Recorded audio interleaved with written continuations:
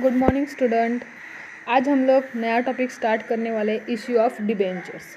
ये हमारा fourth topic है। लास्ट हमारा जो टॉपिक था उसका नाम था इश्यू ऑफ शेयर्स। हमारे पूरे इस मतलब कि एसपी में स्टार्टिंग में था introduction of corporate finance. Corporate finance मतलब कि बिजनेस करने के लिए या कोई कंपनी चलाने के लिए जो पैसा लगता है, फाइनेंस लगता है, वो कंपनी के एम्प्लॉयज़ है वो कहाँ से कलेक्ट करते हैं, उनके कौन से सोर्सेस है, जैसे कि शेयर्स इशू करते हैं। हम लोग ने जो थर्ड हमारा टॉपिक था इश्यू ऑफ शेयर्स, उसमें शेयर्स इशू कैसे करते, उसके क्या क्या प्रोविजंस थे उसके बारे में पढ़ा था। अभी हम लोग डिबेंचर इशू करके कैसे प्रोसीजर करते हैं, उन डिबेंचर होल्डर्स को क्या मिलता है, कितना इंटरेस्ट मिलेगा, वो सब के बारे में इस टॉपिक में हम लोग देखने वाले हैं। उसका इंट्रोडक्शन लिखा है, companies prefer issuing debenture to raise fund as they can be repaid after a long period. Company debenture issue करती है टू रेज फंड इंक्रीज करने के लिए, रेज करने के लिए, और क्या बोले, कैन बी रिपेड, जो भी उनका डिबेंचर्स का पैसा जो इशू करते समय जो पैसा लिया हुआ रहता है वो लॉन्ग पीरियड के लिए होता है और वो उन्हें क्या कहते हैं, रीपेड। क्या कहते हैं रीपेड, मतलब कि वापस करना होता है।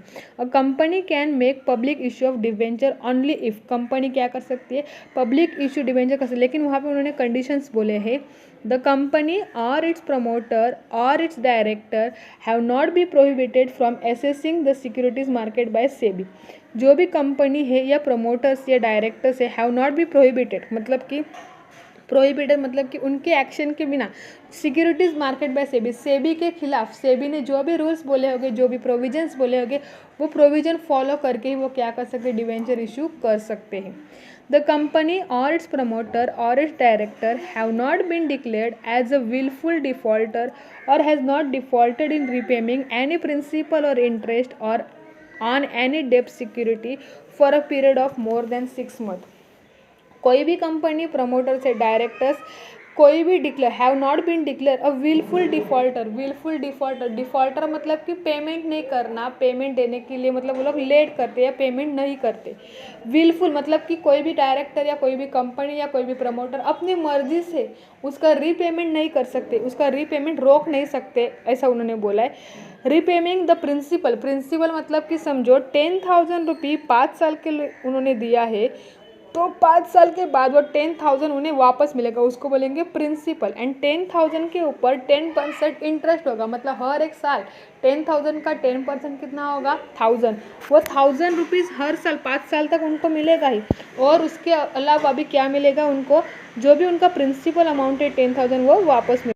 In this chapter, we will learn about the various regulation or provision related to issue of debenture and the procedure for issuing debenture। इस चैप्टर में, इस लेसन में हम लोग इश्यू ऑफ डिबेंचर कैसे इशू करते हैं, उसके क्या क्या प्रोसीजर, उसके बारे में हम लोग स्टडी करने वाले। Regulation governing issue of debentures. A company issuing debenture has to comply with the provision of the Companies Act 2013।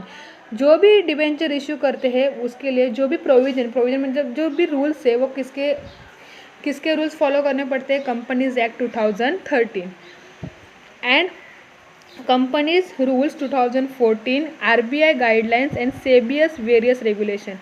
Issue of debentures करने के लिए कंपनीज एक्ट 2013 के रूल्स फॉलो करने पड़ते हैं, companies rule 2014, RBI guidelines and SEBI various regulation, ये सभी के रूल्स क्या करने पड़ते हैं, फॉलो करने पड़ते हैं।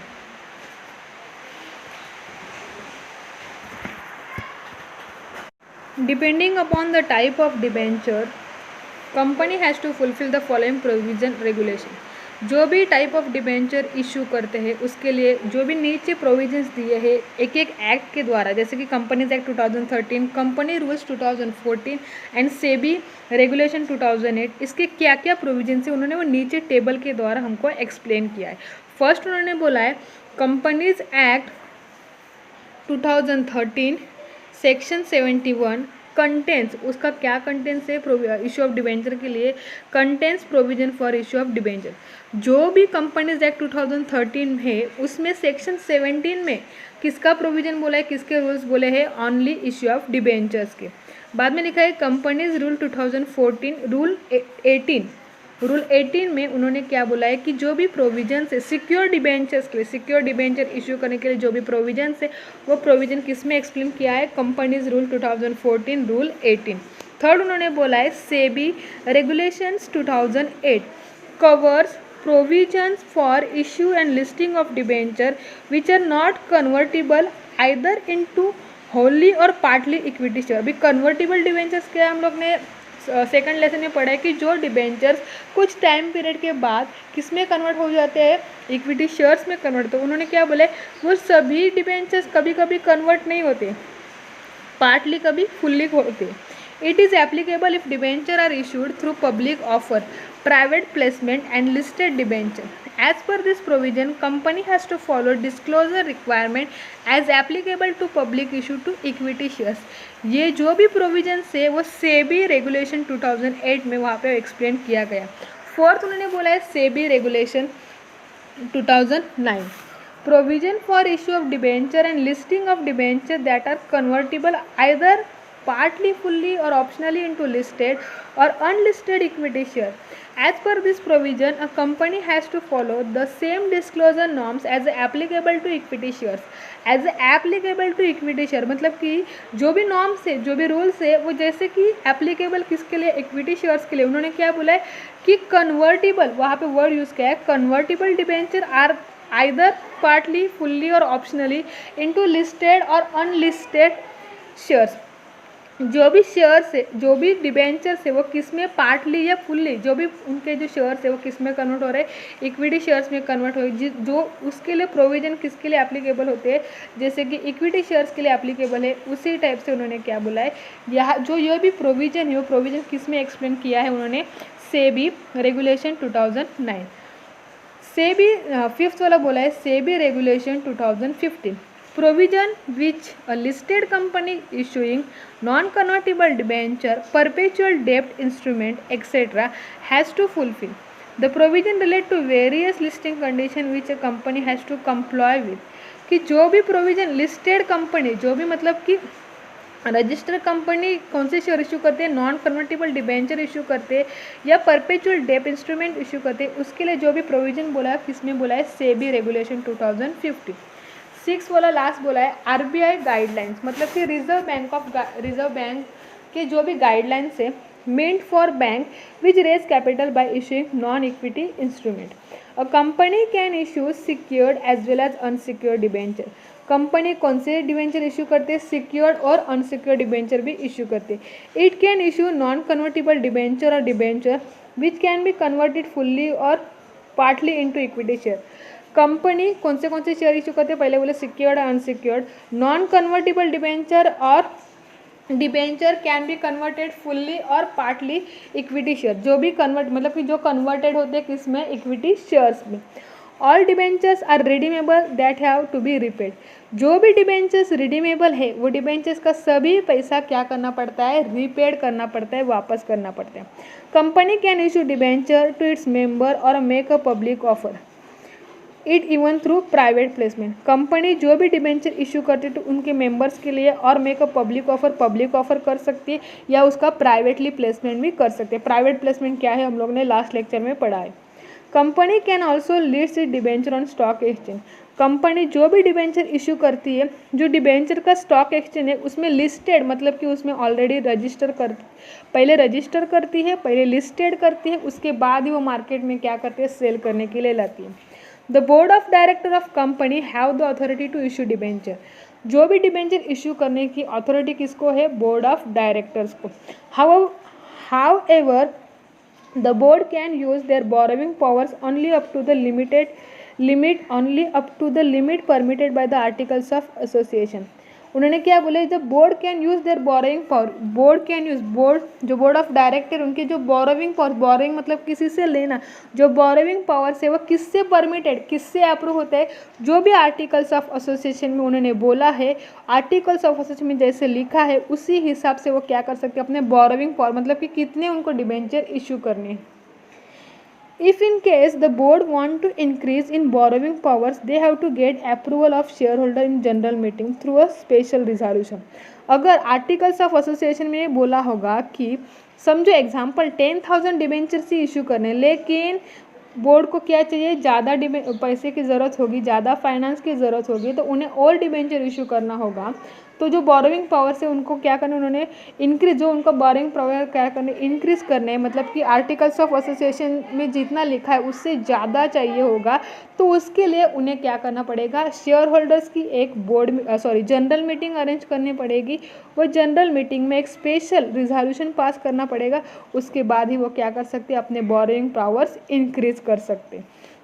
उन्होंने बोला है provision for the issue of debenture, provision जो भी डिबेंचर के लिए प्रोविजन से, वो प्रोविजन उन्होंने एक्सप्लेन किया है।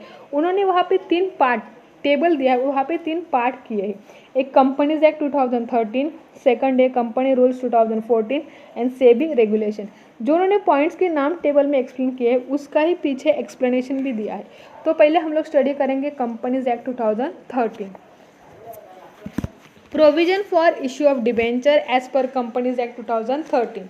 जो भी प्रोविजंस है कंपनीज एक्ट डिबेंचर इशू करने के लिए एज पर कंपनीज एक्ट 2013, उसमें फर्स्ट लिखा है नो वोटिंग राइट्स। जो भी डिबेंचर होल्डर है उनको कोई भी वोटिंग राइट्स नहीं होता। अ company can not issue debenture with voting rights. Company जो भी डिबेंचर इशू करते हैं वो विदाउट वोटिंग राइट्स जो भी है वो डिबेंचर क्या करते हैं, इशू करते हैं। उनके लिए डिबेंचर होल्डर्स के लिए कोई भी वोटिंग राइट्स नहीं होता है। Debenture holder are creditor of company and so they do not have any voting rights. Debenture holders क्या है, क्रेडिटर से, आउटसाइडर से, इसके लिए उन्हें कोई भी वोटिंग राइट्स नहीं होता है एक्सेप्ट इन मैटर्स अफेक्टिंग देम। उन्होंने क्या बोला, एक्सेप्ट मतलब कि एक्सेप्ट अपवाद बोलते जैसे कि उनके डिबेंचर होल्डर्स के कुछ मैटर डिस्कस करना होगा तो उसके लिए उनको वोटिंग राइट्स है। लेकिन जो जनरल मीटिंग है, एनुअल जनरल मीटिंग है, वहाँ पे उनको अलाउड भी नहीं है और उनको वोटिंग करने का राइट्स भी नहीं है। सेकंड पॉइंट है types of debenture. A company can issue secured or unsecured debenture and fully or partly convertible debenture और नॉन कन्वर्टेबल डिबेंचर। कंपनी कौन से टाइप का डिबेंचर इशू करती है, सिक्योर्ड और अनसिक्योर्ड डिबेंचर हम लोग ने पढ़ा है सेकंड लेसन में, फुल्ली और पार्टली कन्वर्टेबल डिबेंचर और non convertible debenture. To issue convertible debenture a special resolution has to be passed in the general meeting. Convertible debenture issue करने के लिए बोर्ड को क्या करना पड़ता है, एक स्पेशल रिजोल्यूशन जनरल मीटिंग में पास करना पड़ता है। All debentures are redeemable in nature. जो भी उसका नेचर है, नेचर में कौन सभी डिबेंचर्स क्या है, रिडीमेबल है, मतलब कि रीपेमेंट उसका होता है लेकिन स्पेसिफाइड पीरियड के बाद। थर्ड पॉइंट है payment of interest and redemption. अभी डिबेंचर होल्डर्स जो भी अपना पैसा इन्वेस्ट करते डिबेंचर परचेस करके, उन्हें डिविडेंड नहीं मिलता, डिविडेंड शेयर होल्डर्स को मिलता है, इक्विटी एंड प्रेफरेंस को, डिबेंचर होल्डर्स को मिलता है fix rate of interest. A company shall redeem the debenture and pay the interest as per the terms and condition of their issue. Company उनके debenture redeem करते हैं और उनका interest पे करते हैं as per the terms, as per the term मतलब कि जैसे रूल्स, टर्म्स मतलब कि रूल्स एंड कंडीशन, जो भी कंडीशन है वो इशू करते समय जो भी टर्म्स एंड कंडीशन बोला होगा उसके हिसाब से वो क्या करते हैं, डिबेंचर्स इशू करते हैं। फोर्थ वाला है debenture certificate. Company has to issue debenture certificate to the debenture holder within 6 month of allotment of debenture. जैसे कि हम लोग ने इक्विटी शेयर्स जो भी शेयर होल्डर्स के लिए शेयर सर्टिफिकेट देते हैं, वैसे डिबेंचर होल्डर्स को क्या देते हैं, debenture certificate. Company debenture certificate issue करती है कभी अलॉटमेंट ऑफ डिबेंचर जैसे होता है, वो अलॉटमेंट ऑफ डिबेंचर देने के बाद 6 महीने में क्या देती है, कंपनी डिबेंचर सर्टिफिकेट देते हैं। Create debenture redemption reserve. Fifth वाला पॉइंट है कि उन्हें डिबेंचर रिडम्पशन रिजर्व क्रिएट करना पड़ता है, उनको वो करना पड़ता है। अभी डिबेंचर रिडम्पशन रिजर्व क्या होता है हम लोग को देखना है। Company has to create a debenture redemption reserve account out of profit of the company available for payment of dividend. Company को जो प्रॉफिट होता है वो प्रॉफिट में से, तो उन्होंने क्या बोला है, कंपनी कहाँ से डिबेंचर रिडम्पशन रिजर्व क्रिएट करती है, कहाँ से वो मतलब कि क्रिएट करती है कि जो कंपनी को प्रॉफिट होता है, कंपनी को प्रॉफिट होने के बाद सभी को डिविडेंड या सब पैसे देने के बाद जो पैसा बचता है उसमें से थोड़ा पैसा डिबेंचर रिडम्पशन। अभी क्या लिखा है, डिबेंचर रिडम्पशन, रिडम्पशन मतलब कि रीपेमेंट। जो डिबेंचर इशू किए हैं वो कुछ साल बाद, जैसे कि एग्जांपल 5 साल बाद रिडीम करने वाला है, उसका रीपेमेंट करने वाला है, तो थोड़ा थोड़ा पैसा हर एक साल में निकाल के रखेंगे तो ही 5 साल बाद उसका फुल पेमेंट दे पाएंगे ना।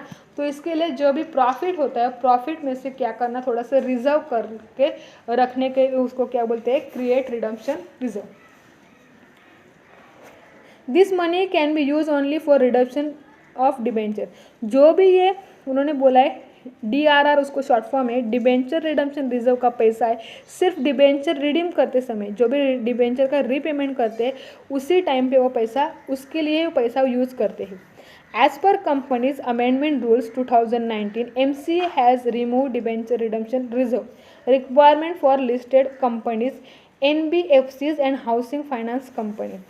MCA मतलब कि हम लोग ने लास्ट ईयर में पढ़ा था मिनिस्ट्री कॉरपोरेट अफेयर्स को, वो DRR मतलब कि डिबेंचर रिडम्पशन रिजर्व रिमूव करने की अथॉरिटी है, रिमूव कर सकते हैं। वो कहाँ से, मतलब किसके सहारे कर सकते हैं, उन्होंने बोला as per companies amendment rule 2019 के द्वारा वो MCA क्या कर सकते हैं, जो भी DRR है वो क्या कर सकते हैं, रिमूव कर सकते हैं रिक्वायरमेंट फॉर लिस्टेड कंपनी, जो भी लिस्टेड कंपनी उनके रिक्वायरमेंट के लिए, या NBC national banking financial and housing finance companies के लिए वो क्या कर सकती है, रिमूव कर सकते। 6 वाला पॉइंट है appointment of debenture trustees. Debenture trustees कौन होते हैं, अभी हम लोग ने लास्ट भी पढ़ा है, वापस पढ़ेंगे।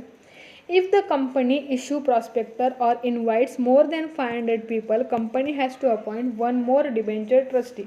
अगर कंपनी ने कितने प्रॉस्पेक्टस इशू किए, 500, 500 या उससे ज़्यादा, तो कंपनी को क्या अपॉइंट करना पड़ता है, debenture trustees. Debenture trustee protect the interest of the debenture holders. Debenture trustee किसके लिए, प्रोटेक्ट मतलब कि जो भी डिबेंचर होल्डर्स को कुछ प्रॉब्लम हो जाए, मतलब कि जैसे हम लोग बोलते हैं कि कुछ प्रॉब्लम हो जाएगा तो सब कौन संभाल लेता है, debenture trustees. Company has to appoint trustees entering into a contract with them called as a debenture trust deed. जो कंपनी डिबेंचर ट्रस्टीज को अपॉइंट करते हैं तो अपॉइंट करने के लिए वो एक एग्रीमेंट साइन करते हैं, वो एग्रीमेंट को बोलते हैं debenture trust deed. Debenture trustees कौन होते हैं कि जो अभी कंपनी ने प्रॉस्पेक्टस इशू किए हैं लेकिन उनके डिबेंचर किसी ने परचेस नहीं किए, तो जो डिबेंचर परचेस करता है वो उसको बोलते हैं डिबेंचर ट्रस्टीज। या वो कहाँ से, मतलब कि जैसे कि एजेंट क्या करता है, कहाँ से कस्टमर कलेक्ट करते हैं, वो कमीशन बेसिस पे काम करते हैं, वैसे ही डिबेंचर ट्रस्टीज भी होते हैं कि वो कमीशन बेसिस के ऊपर काम करते हैं और उन्हें डिबेंचर इशू करते हैं। 7.8 debenture trustee can approach NCLT। अभी NCLT क्या है, national company law tribunal. Debenture trustee have to redress the grievances of debenture holders. Debenture trustee क्या है, रिड्रेस मतलब कि कंप्लेंट, ग्रीवेंसेस मतलब कि उनका कंप्लेंट का वो आश्वासन देते, कंप्लेंट उनकी, मतलब कंप्लेंट के लिए जो भी कंप्लेंट किया होगा, जो कंपनी ने उनको, ग्रीवेंसेस मतलब कि कंप्लेंट, एंड रिड्रेस मतलब रीमेडी और कॉम्पेंसेशन, जो कॉम्पेंसेशन करते हैं, कॉम्पेंसेशन कौन करते हैं, debenture trustees. If the company defaults in repaying the principal amount on maturity और default in paying interest thereon, the debenture trustee can approach the national company law tribunal for redressal। अगर कोई company, क्या बोला उन्होंने कि कोई company default कर रही है, पैसे देने के लिए इनकार कर रही है, पैसा नहीं दे रही, जो प्रिंसिपल अमाउंट है, जो रीपेमेंट का प्रिंसिपल अमाउंट है, या कोई मतलब कि मैच्योरिटी हो गई है, 5 साल तक होगा, तो 5 साल कंप्लीट होने के बाद भी उनका प्रिंसिपल अमाउंट वो वापस नहीं कर रहे, या कोई इंटरेस्ट पेड करने के लिए वो डिफ़ॉल्ट कर रहे, तो उसके लिए डिबेंचर ट्रस्टी क्या करते हैं, NCLT में, मतलब कि जैसे मैंने बोला था कि NCLT क्या है, एक टाइप का कंपनी का छोटा सा कोड होता है जहाँ पे कंपनी के सभी मैटर्स, जो भी लीगली एक्शंस होते हैं वहाँ पे वो फाइल किए जाते हैं। तो जो डिबेंचर ट्रस्टी है वो कहाँ पे अप्रोच करता है, NCLT में। NCLT can direct defaulting a company to repay the principal amount और इंटरेस्ट। NCLT क्या करते हैं कि जो भी डिफॉल्टिंग कंपनी है, जो कंपनी पेमेंट नहीं कर रही है, उनका प्रिंसिपल अमाउंट या इंटरेस्ट नहीं पेड कर रही है, उन्हें क्या करते हैं, वो पेमेंट करने के लिए लीगली उनके ऊपर एक्शन लेती है या बोलती है। अभी 8 वाला पॉइंट है इम्पोज रेस्ट्रिक्शन।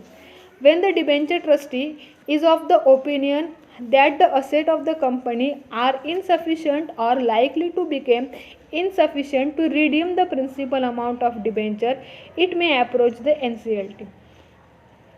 डिबेंचर ट्रस्टी क्या करते हैं कि ओपिनियन देते हैं जो असेट्स है। आपको पता है कि कोई कंपनी है उसमें बहुत सारा लॉस हो गया, लेकिन डिबेंचर्स का पैसा क्या करना है, मैच्योरिटी पीरियड के बाद वापस करना है, रीपेमेंट करना है, तो जो भी कंपनी के पास असेट अवेलेबल है वो असेट के ऊपर वो क्या करते हैं, अपना सिक्योरिटी चार्ज करते हैं। अगर कोई कंपनी वो असेट बेच के भी असेट के ऊपर अपना चार्ज दिखाकर भी वो पैसा नहीं रिटर्न कर रही होगी तो डिबेंचर ट्रस्टी क्या करते हैं, एनसीएलटी को अपील करते हैं, अप्रोच करते हैं। NCLT can order a company to restrict the incurring further liability as to protect the interest of the debenture holder. NCLT उनको कंपनी को ऑर्डर देती है कि जो भी आपके पास असेट या अदर लाइबिलिटीज़ है वो लाइबिलिटीज़ सब अप्रोच मतलब लाइबिलिटीज़ को देकर जो भी डिबेंचर होल्डर्स का पैसा बाकी है उनका पेमेंट है वो पेमेंट कर सके।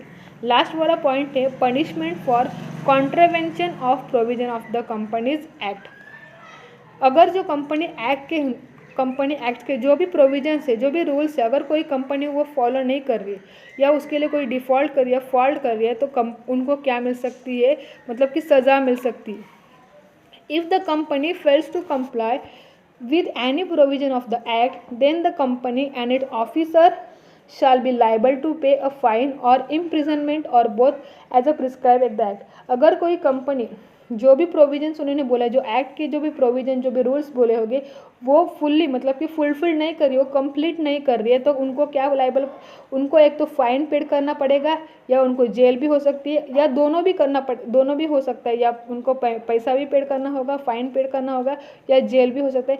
जैसा उन्होंने क्या बोला, प्रिस्क्राइब इन द एक्ट, जो भी एक्ट में बोला होगा वो उनको सज़ा मिल सकती है। इस लेसन में हम लोग ने आज पढ़ा है कि provision for issue of debentures. Thank you.